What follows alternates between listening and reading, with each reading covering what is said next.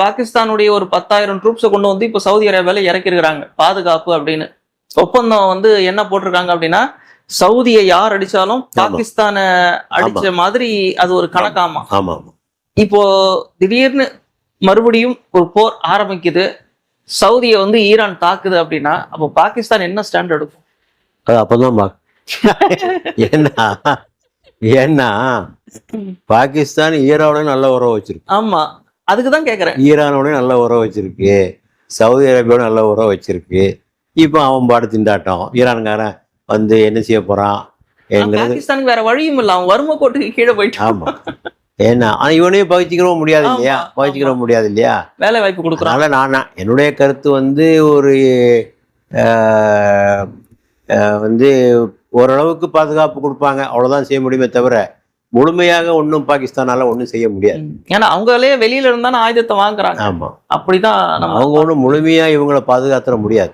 பொதுவா ஒண்ணு புரிஞ்சுக்கணும், நம்மளை நாம தான் பாதுகாக்கணும். ஆமா, இப்போ ஒரு சின்ன எக்ஸாம்பிள், துருக்கியில எர்தோகான் பதவியில் இருக்காருல்ல, இப்போ திடீர்னு அவருக்கு எதிராக ஒரு ஆட்சி கவிழ்ப்பு முயற்சி நடந்தது. ஃபத்ஹுல்லா குல்லன் சொல்லி ஒரு ஆள், ஃபத்ஹுல்லா குல்லன், அவருடைய தீவிரமான எதிரி. அவர் ஐரோப்பாவில் இருக்கார். அங்க இருந்துட்டு இங்க ஒரு கலகத்தை உண்டு பண்ணி மிலிட்ரி ஆஃபீஸர் எல்லாம் அவர் பக்கமா கொஞ்சம் போயிட்டாங்க. இப்போ என்ன செஞ்சாரு தெரியுமா, ஒரு ரூம்ல இருந்துட்டு இதை பிடிச்சாரு ஆன்லைன்ல, இந்த மாதிரி நான் சிறை வைக்கப்பட்டிருக்கிறேன் அப்படின்னாரு. 30 லட்சம் பேர் தெருவுங்க.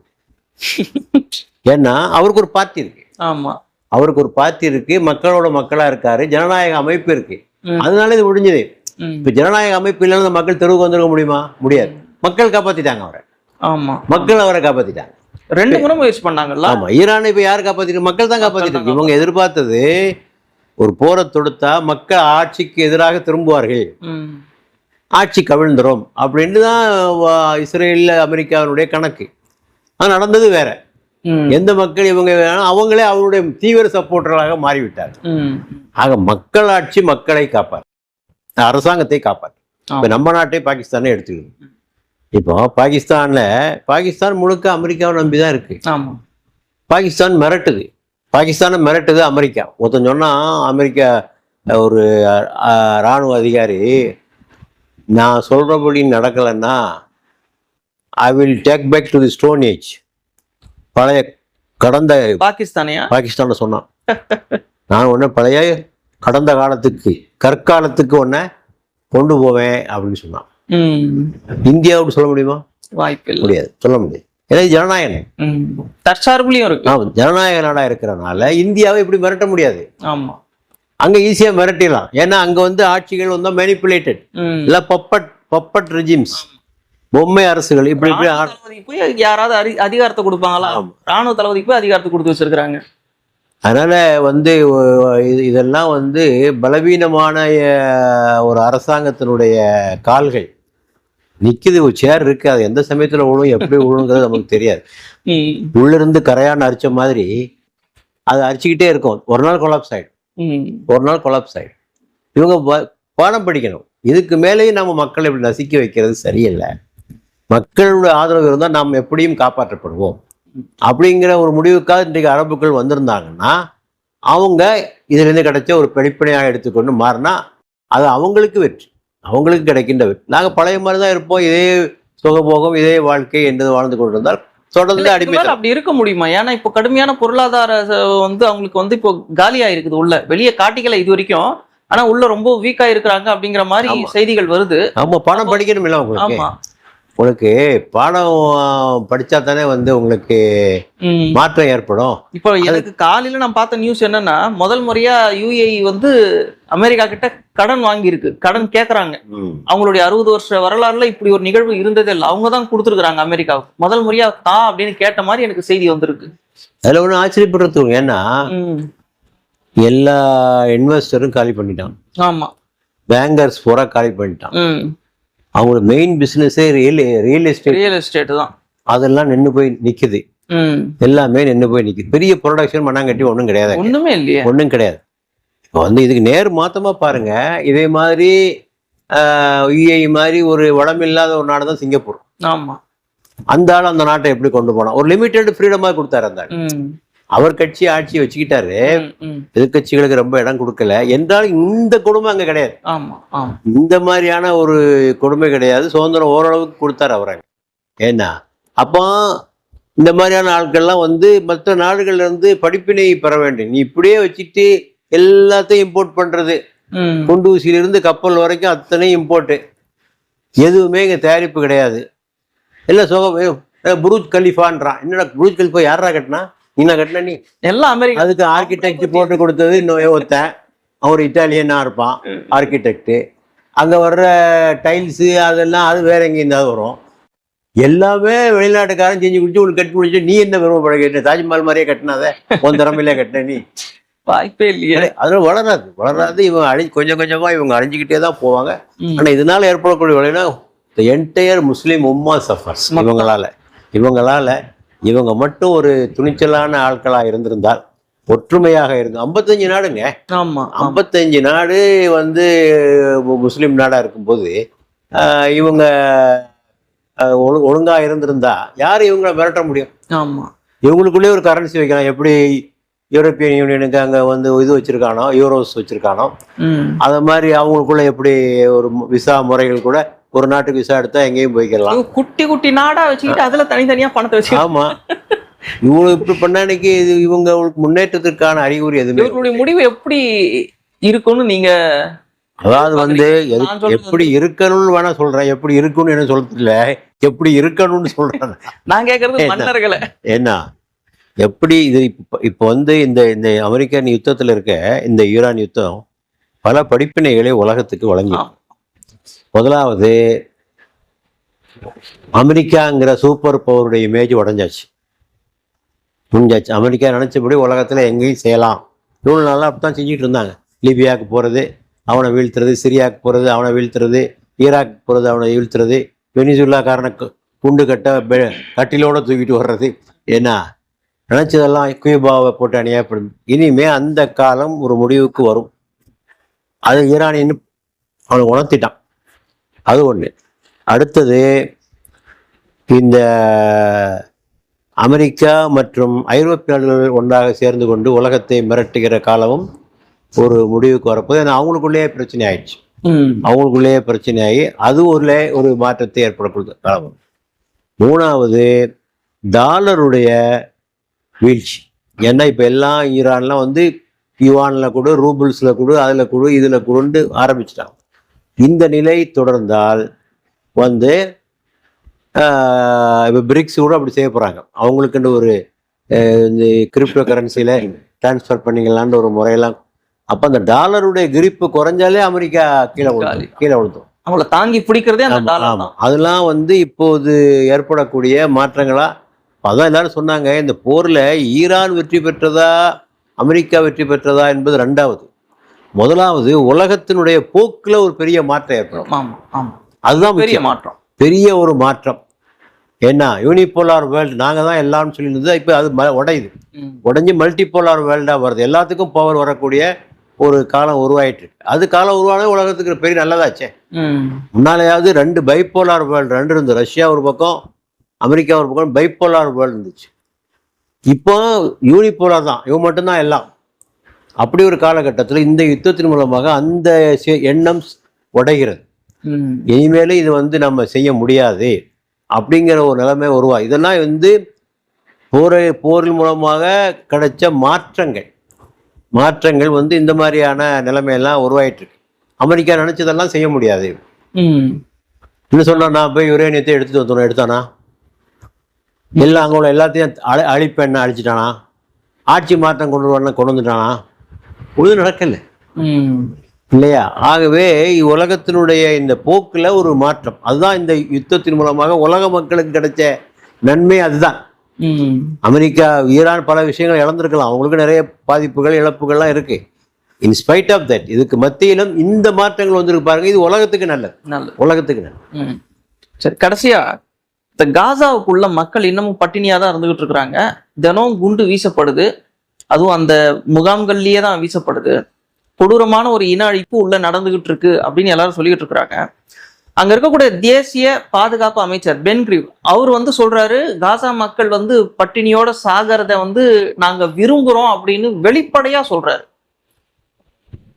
எப்படி உலகம் அமைதி காக்குது? அதுதான் உலகத்துல நடந்த பெரிய கொடுமை. 70,000 பேரை 2 வருஷமா அடிச்சானே. 2 வருஷமா 70,000 பேரை கொண்டு இருக்கான். கொன்னது மட்டும் இல்லை, திடீர்னு சொல்லுவான் வடக்க உள்ளவங்களாம் தெற்க போங்கம்மா, தெற்க உள்ளவங்களாம் வடக்க போங்கம்மா, நான் அங்கே குண்டு போட போகிறேன், நீங்கள்லாம் அங்கே போங்கம்மா, நான் அங்கே குண்டு போட போகிறேன், அங்கே உள்ளேன்.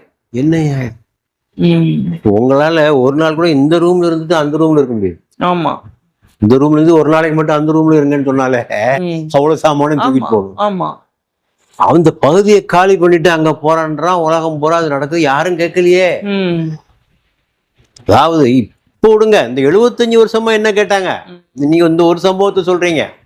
75 வருடமாக இந்த பாலஸ்தீன மக்களோட நிலங்களை எல்லாம் பிடுங்கி அந்த இடத்துல அதற்கு சம்பந்தம் இல்லாதவர்களை கொண்டு அங்கு குடியேற்றி அங்கு பூர்வீக குடிமக்களை எல்லாம் அந்த நாட்டை விட்டு வெளியேற்றி அவர்களுக்கு எந்த உரிமையும் தராம தண்ணீர் வேணுனாலும் இவன்ட்டு தான் கேட்கணும், மருந்து வேணுனாலும் இவன்ட்டு தான் கேட்கணும், வெளிநாட்டுக்கு போகணுனாலும் இவன்ட்டு தான் கேட்கணும், எந்த உரிமைகள் பள்ளிக்கூடம் கட்டினாலும் இவன்ட்டு தான் கேட்கணும். இது உள்ள இந்த உலகம் இந்த உலகம் அனுபவிச்சுட்டு இருக்க, யாரும் கேட்கல இந்த உலகத்துல. ஐக்கிய நாடு சபைன்னு ஒண்ணு இருக்கு, என்ன கேட்டு தீர்மானம் கொண்டு வராங்க. தீர்மானம் பாருங்க, அதுல உள்ள வருத்தத்துக்குரிய விஷயம், பொது சபை பாதுகாப்பு சபைன்னு 2 இருக்கு. பொது சபையில 173 நாடுகள் இஸ்ரேலுக்கு ஆதரவு. மொத்தம் 196 நாடுகள். மொத்தம் 196 நாடுகள்ல 173 நாடுகள் பாலஸ்தீனர்களுக்கு ஆதரவு. பாலஸ்தீனர்களுக்கு ஆதரவு தீர்மானம் பாஸ் ஆகுது. ஒண்ணு அதனால என்ன பிரயோஜனம்? ஒன்றும் இல்லை. அது அங்க அப்படியே பாதுகாப்பு சபைக்கு போகும், செக்யூரிட்டி கவுன்சில். மொத்தம் வீட்டை வச்சிருப்பான், அடி முடிஞ்சு. என்னது ஈஎன்ஓ வச்சு என்ன செய்ய? அறிக்கை மட்டும் விடுவார் நம்ம செக்ரட்டரி. அந்த நல்ல மனுஷன் தான் அவரு, நான் அவரை ஒன்றும் குறை சொல்ல மாட்டேன்.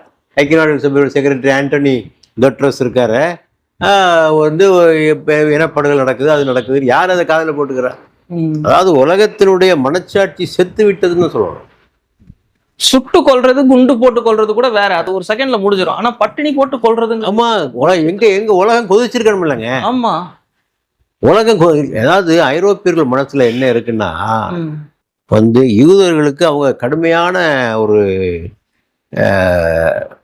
அவங்க மேல ஒரு பாசமோ அல்லது அவங்களுக்கு ஆதரவு கொடுக்கறதுங்கிறதுல முடிவா இருக்காங்க. அதுக்கு என்ன காரணம்னா, அவங்க தான் அவங்களை கொடுமைப்படுத்தணும். யூதர்களை 2000 ஆண்டுகளாக கொடுமைப்படுத்தியவர்கள் ஐரோப்பிய கிறிஸ்தவர்கள். ஊரா அலைஞ்சான், அவனுக்கென்று ஒரு தேசம் கிடையாது. இந்த கொடுமைகளான உச்சகட்டம் ஹிட்லருடைய ஹோலோகாஸ்ட்.